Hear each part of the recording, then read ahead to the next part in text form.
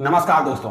तमाम आक्रांताओं के आक्रमण के बावजूद अपनी भव्यता, अपनी दिव्यता और अपनी विराटता को संभाले हुए जो विज्ञान और अध्यात्म की पराकाष्ठा जहां पर दिखाई देती है, जो सदियों से अपनी विराटता और दिव्यता के लिए विश्व समुदाय के सम्मुख भारत की सांस्कृतिक धरोहर को सहेजे हुए है, जिस पर अनगिनत आक्रांताओं ने आक्रमण किए, फिर भी अपनी विराटता के साथ खड़ा हुआ है।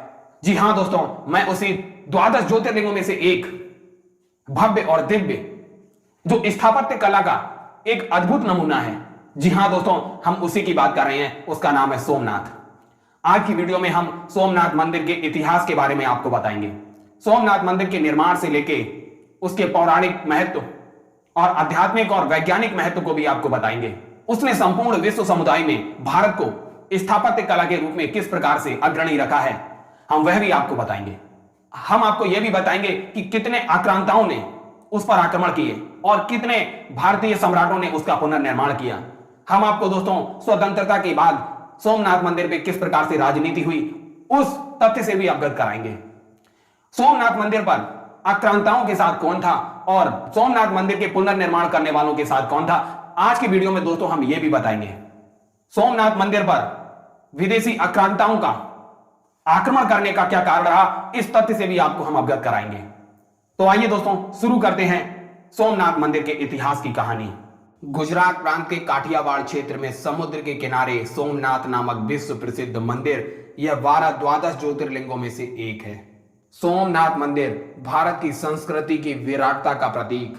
इसका केवल धार्मिक महत्व नहीं है दोस्तों, इसका वैज्ञानिक और आध्यात्मिक महत्व भी है। आइए दोस्तों, अंतरराष्ट्रीय स्तर पर यह कैसे विज्ञान के क्षेत्र में और अध्यात्म के क्षेत्र में किस प्रकार से चर्चा का विषय रहा है, इसके बारे में हम आपको बताते हैं। सोमनाथ मंदिर की कहानी इतिहास के विभिन्न युगों में बनती रही है। इसके निर्माण का इतिहास काफी विवादास्पद है। मान्यता है कि मंदिर का निर्माण महाभारत काल में चंद्रभागा राज्य के राजा सोमदेव के द्वारा हुआ था। यहाँ सोम राजा ने शिवलिंग की पूजा की थी और इसे सोमेश्वर नाम से अलंकृत किया था। धार्मिक कथाओं के अनुसार चंद्रभागा राज्य के राजा भीमदेव ने इसे पुनः बनवाया था। इतिहास में आप इसके आक्रमणों की श्रृंखला देख सकते हैं। 11वीं सदी में गजनी नामक एक आक्रांता जो अफगान सैन्याधीश इमामुद्दीन ने इसे तबाह कर दिया था। 12वीं सदी में गुजरात के राजा भीमदेव ने इसे पुनः निर्मित किया और इसे शिवलिंग में से एक ज्योतिर्लिंग के रूप में स्वीकार किया गया। सोमनाथ मंदिर के निर्माण में एक दो शैली नहीं बल्कि अनेक शैलियों का सम्मिलन हमें मिलता है। यह मंदिर प्राचीन भारत की वास्तुकला की विराटता का अनुपम उदाहरण है। इसके गुंबज, भव्य स्तंभ और विशेष शैली के अंगारे मंदिर की सुंदरता को चार चांद लगा देते हैं। सोमनाथ मंदिर आज एक प्रमुख पर्यटन स्थल है, जिसे केवल हिंदू धर्म के श्रद्धालु ही नहीं अपितु कई देशों से विभिन्न धर्मों के व्यक्ति यहाँ पर प्रत्येक वर्ष आते हैं। आइए दोस्तों, सोमनाथ मंदिर के रहस्यों से आपको अवगत कराते हैं। सोमनाथ मंदिर के पास एक दिशा दर्शक स्तंभ भी है, जिसका काफी वैज्ञानिक महत्व भी है। ये दिशा दर्शक स्तंभ समुद्र की ओर इंगित करता एक बाण है, इसलिए इसे बाण स्तंभ के नाम से भी जाना जाता है। आइए दोस्तों, आपको बताते हैं इस बाण स्तंभ पर क्या लिखा है। इस बाण स्तंभ पर लिखा है, आसमुद्रांत दक्षिण ध्रुव पर्यंत अबाधित ज्योतिर्मार्ग, अर्थात इस समुद्र के अंत तक से दक्षिण ध्रुव पर्यंत तक बिना अवरोध का ज्योतिर्मार्ग है। इसका सरल अर्थ यह है कि सोमनाथ मंदिर के उस बिंदु से लेकर दक्षिण ध्रुव तक एक सीधी रेखा अगर खींची जाए तो बीच में एक भी भूखंड नहीं आता है। इससे दोस्तों प्रमाणित होता है कि बाण स्तंभ के निर्माण काल में भारतीयों को पृथ्वी गोल है, इसका ज्ञान भी था। इतना ही नहीं, पृथ्वी का दक्षिण ध्रुव के सूर है, इसका भी भली भांति ज्ञान था। गुजरात के सोमनाथ मंदिर के बारे में कई रहस्य हैं जो इसको अद्भुत और रहस्यमय बनाते हैं। चुनिंदा रहस्यों के बारे में बताते हैं। सोमनाथ मंदिर के निर्माण तकनीकी वैशिष्ट्यपूर्ण है।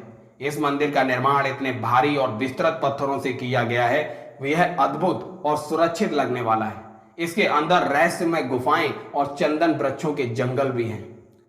पावन प्रभास क्षेत्र में स्थित इस सोमनाथ ज्योतिर्लिंग की महिमा महाभारत, श्रीमद् भागवत तथा स्कंद पुराण आदि में विस्तार से बताई गई है। दोस्तों आप देखेंगे चंद्रदेव का एक पर्यायवाची है सोम। उन्होंने भगवान शिव को ही अपना नाथ अर्थात स्वामी मानकर यहाँ तपस्या की थी, इसीलिए इसका नाम सोमनाथ हो गया। आइए दोस्तों बताते हैं सोमनाथ के मंदिर में शिवलिंग हवा में स्थित था।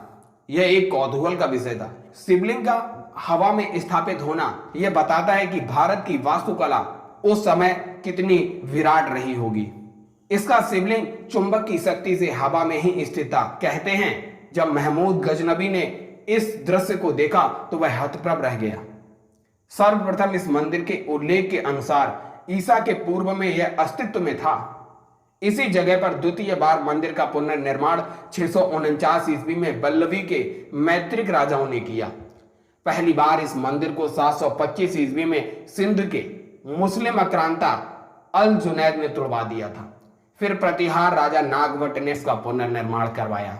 इसके बाद महमूद गजनबी ने सन 1024 में कुछ 5000 साथियों के साथ सोमनाथ मंदिर पर हमला किया, उसकी संपत्ति को लूटा और उसे नष्ट कर दिया गया।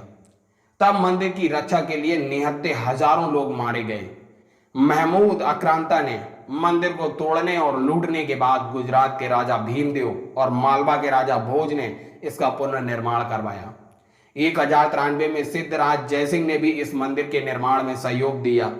1168 में विजयेश्वर कुमारपाल और सौराष्ट्र के राजा खंगार ने भी सोमनाथ मंदिर के सौंदर्यीकरण में अपना योगदान दिया। सन 1297 में जब दिल्ली सल्तनत के सुल्तान अलाउद्दीन खिलजी के सेनापति नुसरत खान ने गुजरात पर हमला किया तो उस आक्रांता ने भी सोमनाथ मंदिर को दोबारा तोड़वा दिया था और अपार धन संपदा को लूट कर ले गया। मंदिर को फिर से हिंदू राजाओं ने बनवाया, लेकिन 1395 में गुजरात के सुल्तान मुजफ्फर शाह ने मंदिर को फिर से तोड़वा डाला और जितना भी मंदिर में चढ़ावा आया हुआ था वह अपार धन संपदा को वह लूट ले गया। इसके बाद 1412 में उसके पुत्र अहमद शाह ने भी यही किया। इस प्रकार दोस्तों मुस्लिम आक्रांताओं के द्वारा सोमनाथ मंदिर पर आक्रमण की श्रृंखला यही नहीं रुकती है। मुस्लिम क्रूर बादशाह औरंगजेब के काल में सोमनाथ मंदिर को 2 बार तोड़ा गया। पहली बार 1665 ईस्वी में और दूसरी बार 1706 ईस्वी में। 1665 ईस्वी में मंदिर तोड़वाने के बाद जब औरंगजेब ने देखा कि हिंदू उस स्थान पर अब भी पूजा अर्चना करने आ रहे हैं तो उस आक्रांता ने एक सैन्य टुकड़ी भेजकर कत्लेआम करवा दिया। जब भारत का एक बड़ा हिस्सा मराठों के अधिकार में आ गया तब 1783 ईस्वी में इंदौर की रानी अहिल्याबाई के द्वारा मूल मंदिर से कुछ ही दूरी पर पूजा अर्चना के लिए सोमनाथ महादेव का एक और मंदिर का निर्माण करवाया गया। भारत की आजादी के बाद आपको दोस्तों बता दें पंडित जवाहरलाल नेहरू और सरदार वल्लभ भाई पटेल के बीच काफी मतभेद हुए। पंडित जवाहरलाल नेहरू सोमनाथ मंदिर के पुनरुद्धार के पक्ष में नहीं थे, लेकिन पंडित जवाहरलाल नेहरू के विरोध का सामना करते हुए सरदार वल्लभ भाई पटेल ने मंदिर के पुनर्निर्माण का संकल्प लिया। उनके संकल्प के बाद 1950 में मंदिर का पुनर्निर्माण हुआ। 6 बार टूटने के बाद 7वीं बार इस मंदिर को कैलाश महामेरु प्रसाद शैली में बनाया गया। इसके निर्माण कार्य से सरदार वल्लभ भाई पटेल काफी समय तक जुड़े रहे। इस समय आपको जो भव्य और दिव्य विराट मंदिर सोमनाथ में दिखाई पड़ता है वह भारत के तेजस्वी गृह मंत्री लौह पुरुष रहे सरदार वल्लभ भाई पटेल के द्वारा बनवाया गया। और दोस्तों इसको 1 दिसंबर 1995 को भारत के राष्ट्रपति शंकर दयाल शर्मा ने इसे राष्ट्र को समर्पित कर दिया।